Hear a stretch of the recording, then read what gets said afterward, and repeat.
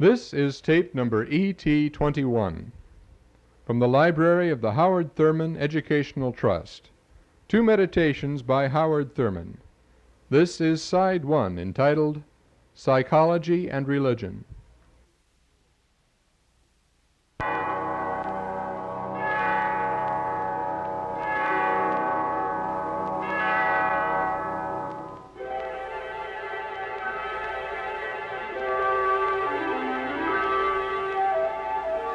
Let the words of my mouth and the meditation of my heart be acceptable in thy sight, O Lord, my strength and my Redeemer.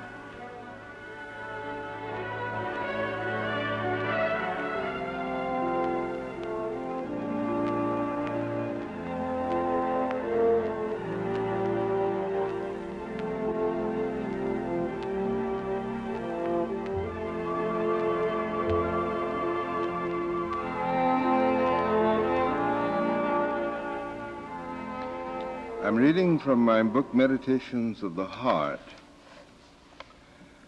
The desire to be one's true self is very persistent. Equally persistent is the tendency to locate the responsibility for failure to be one's true self in events and persons and conditions, all of which are outside and beyond oneself.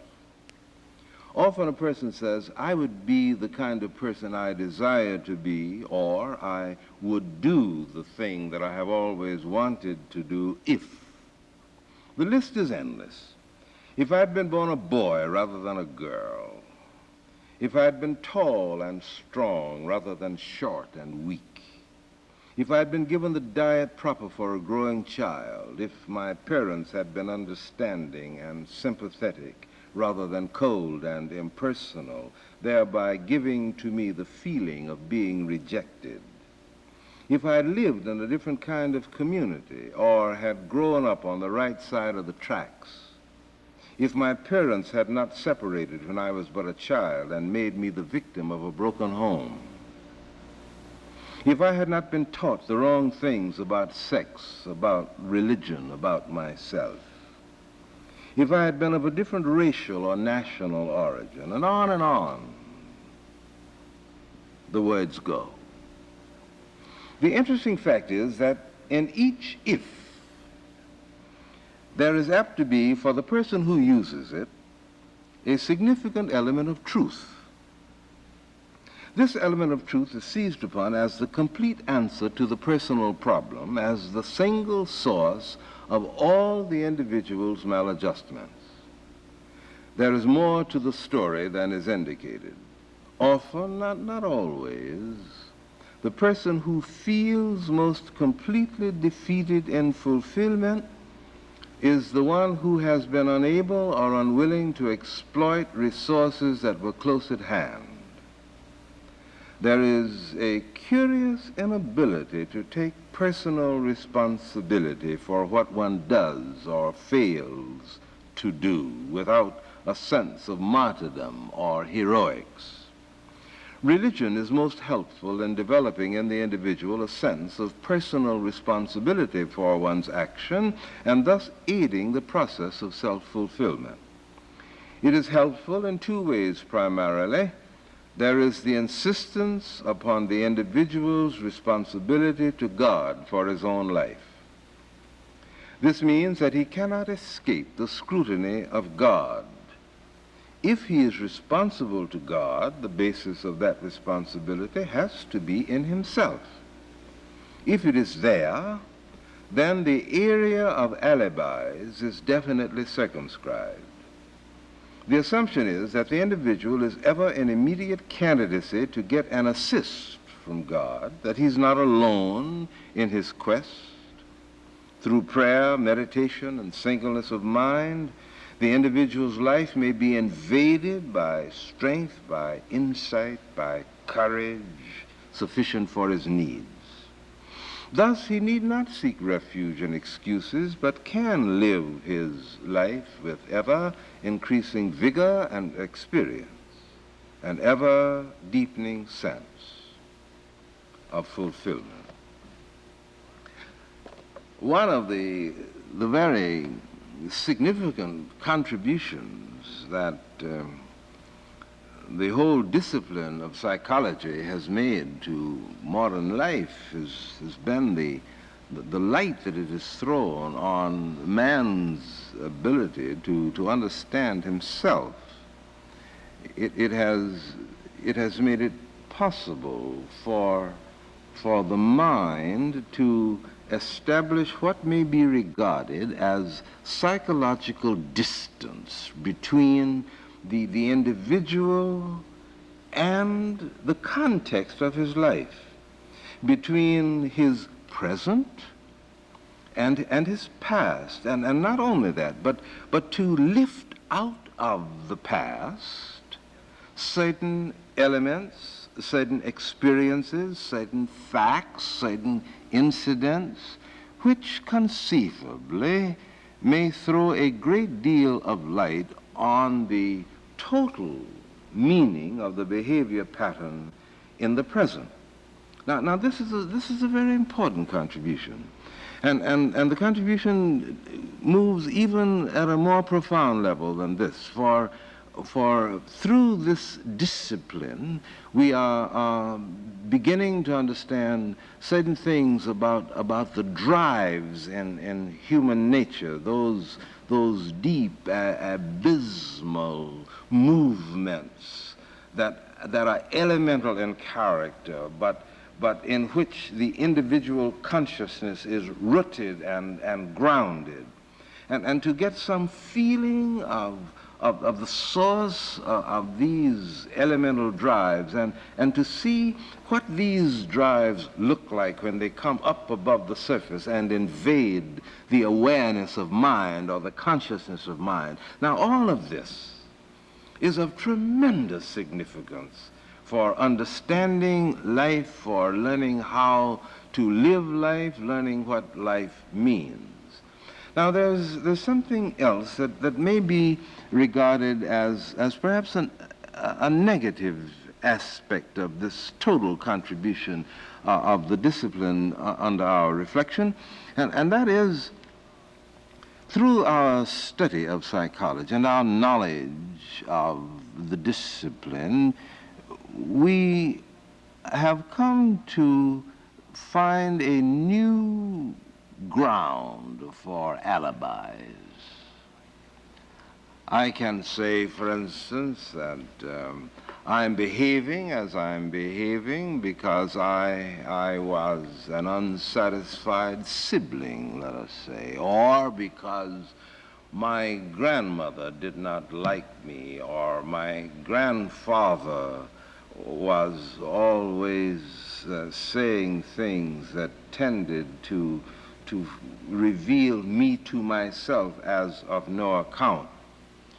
Or I can say that because of the conditions under which I lived, those things which shaped me and which became, in a sense, the external environmental architectural insistence that molded and shaped my life. These are the things that are responsible for what I'm doing, and therefore I am not responsible. Now, the essence of this is that through this aspect of our study of psychology, we tend to take refuge in finding justification for the shirking of personal responsibility. But I think this is a short reading of what even this aspect of the discipline says. For even though I may understand through this knowledge how I was conditioned and what conditioned me, this does not alter at all the fact that it is I who will be living the life, it is I who is doing the deed, and therefore it is I and I alone who must take the responsibility.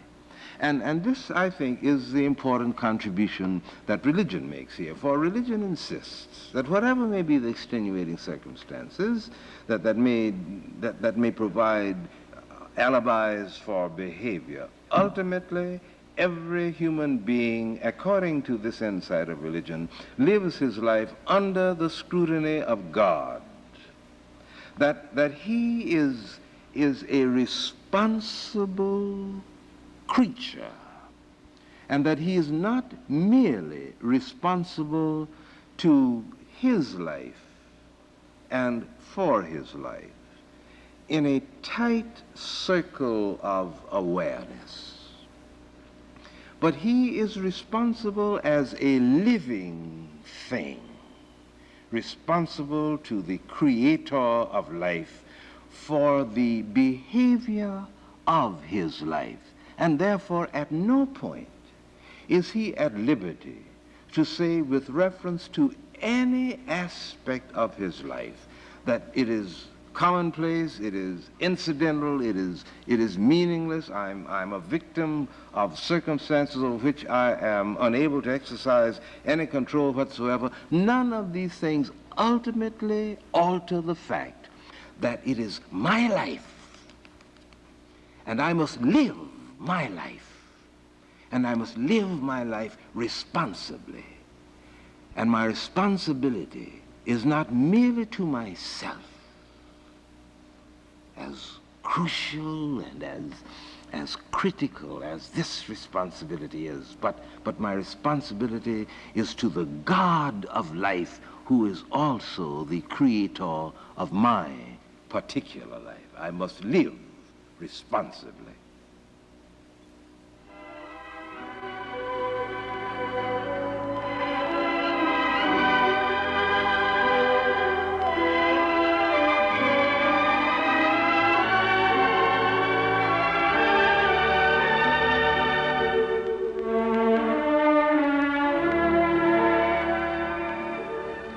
Let the words of my mouth and the meditation of my heart be acceptable in thy sight, O Lord, my rock and my redeemer.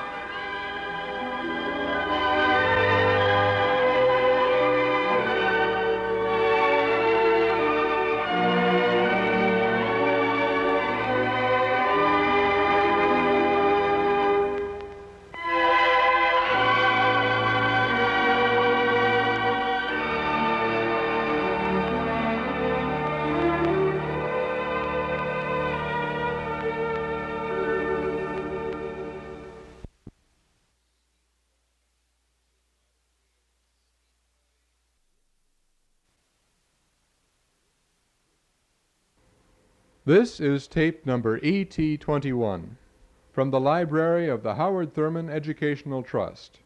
This is Side 2, entitled Qualitative Living.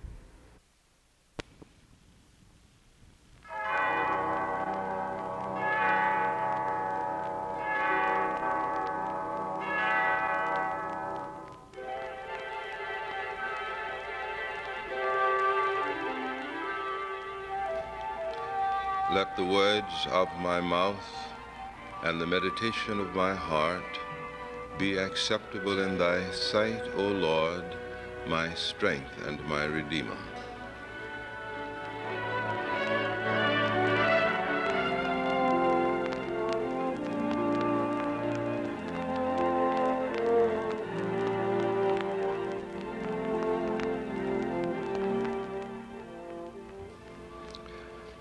May I remind you that if you are interested in receiving transcriptions of the television talks on Friday, if you will send your request with your name and address to me at Marsh Chapel, Boston University, or in care of this station, your name will be put on the mailing list in order to receive it.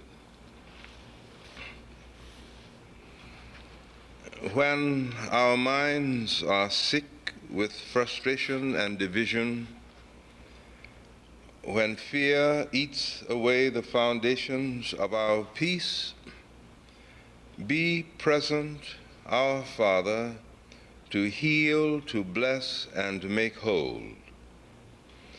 When our hearts are heavy with sorrow and misery, when only heaviness is our daily portion, be present to heal, to bless, and relieve.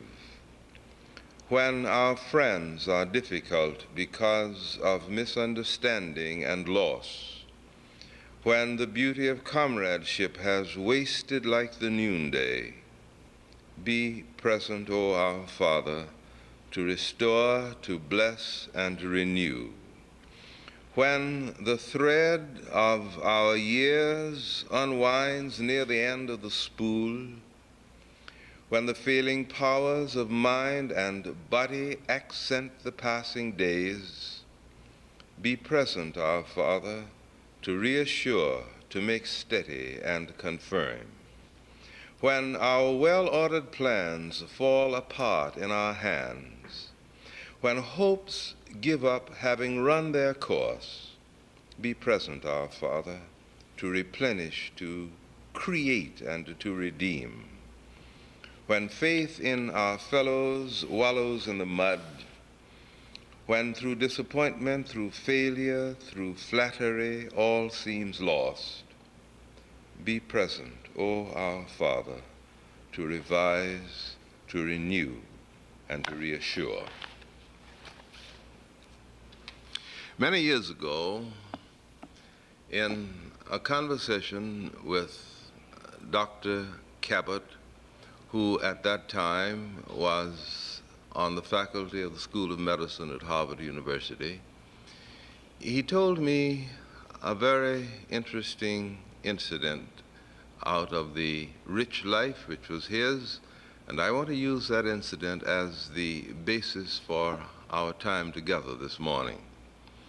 He said that he had been invited to give an address before the National Conference of Social Work. He decided that he would select a topic which seemed to him to be important not only for busy social workers and busy doctors, but for human beings who themselves were concerned about a deeper meaning and a deeper structuring to their lives. The topic which he chose was this: the limitation of intake. His thesis was very simple but very comprehensive. He said that if a man worked 1,000 years, 24 hours a day, without taking time out either to eat, sleep, or to rest, at the end of the 1,000 years, the work remaining to be done would be infinite.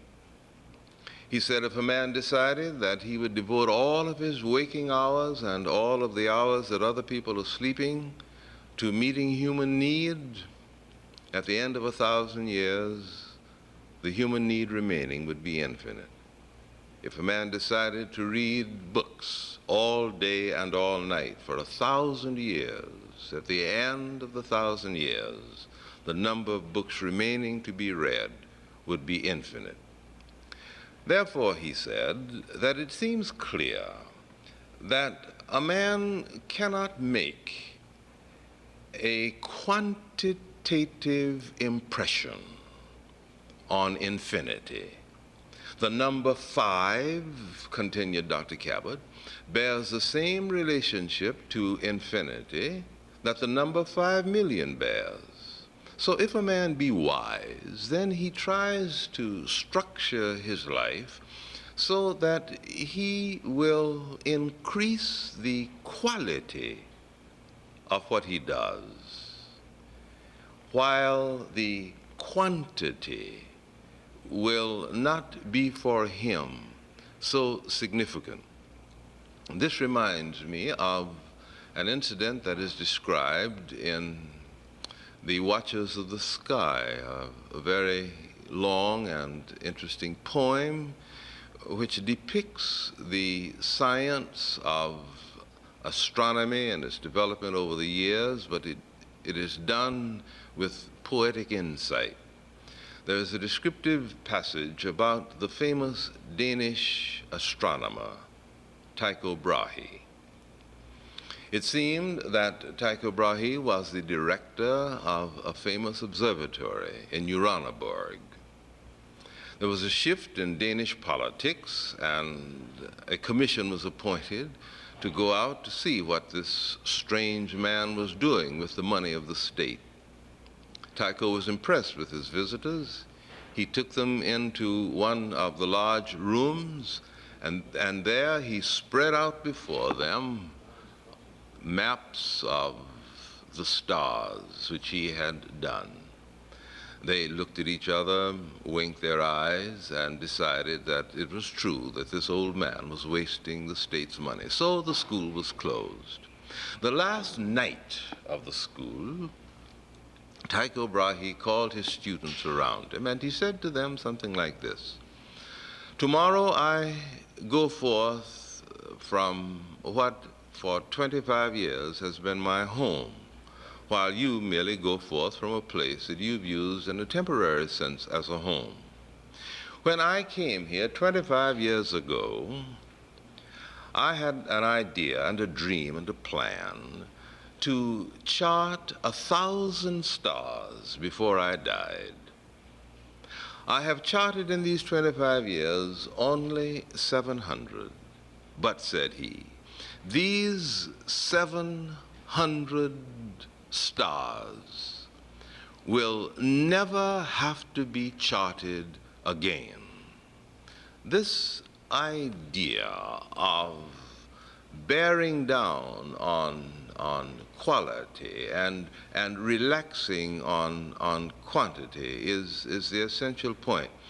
Now, this means that in the daily living which is ours, we must find a way to give to our activities, to our thinking, to our reading, to the things that we are about, a center of focus, some point around which all the rest of the functioning would move and would take on a meaning that is qualitative and is significant. The other night, in listening to a panel discussion on the radio, one of the men was talking about life in New York City, and he said that one of his friends who lived in New York and then moved somewhere else longed to be back in New York, and he said that because being in New York, he has many things to do. There's always something going, something cooking, as it were. But he discovered that he had to fill all of his hours with these kinds of activities, not because he was busy, not because he was finding significant living, but he had to do these things because he was bored. And it struck me as a very exciting notion that so often we think of boredom as something in which people are sitting down with nothing to do, they're wringing their hands or suffering from what the French call ennui, but rather this notion that very often we spend all of our energy moving from thing to thing to thing to thing because we are bored, not because we are so full of zeal and energy. Now, how does one work at this problem? There are many kinds of advice that people give, of course, but the suggestion that comes to me this morning is this, that if we are able, for limited time intervals, to select one thing and devote one's mind to it. In the religious life, for instance, a person who is concerned about developing his spiritual experience in prayer, and instead of praying for all kinds of things all over the lot, just having a catalog of recitals of prayer. Select one thing and put all of your thought and mind, your energy on this thing. Let your reading enrich your understanding of this thing. Find one thing. Put your mind to it, and little by little, a very interesting thing will begin to happen. Your whole thought life, all of the feeling tones by which your spirit may be invaded, will begin to take on the character, the quality of the one thing on which you're concentrating. And this is true in the living of our lives from day to day. Find something which to you is important, and see if you cannot move that thing to the center of your concern and put at its disposal your energy, your thoughts, your reading, even your conversation. This is one important way by which you can put a crucial limitation on your intake.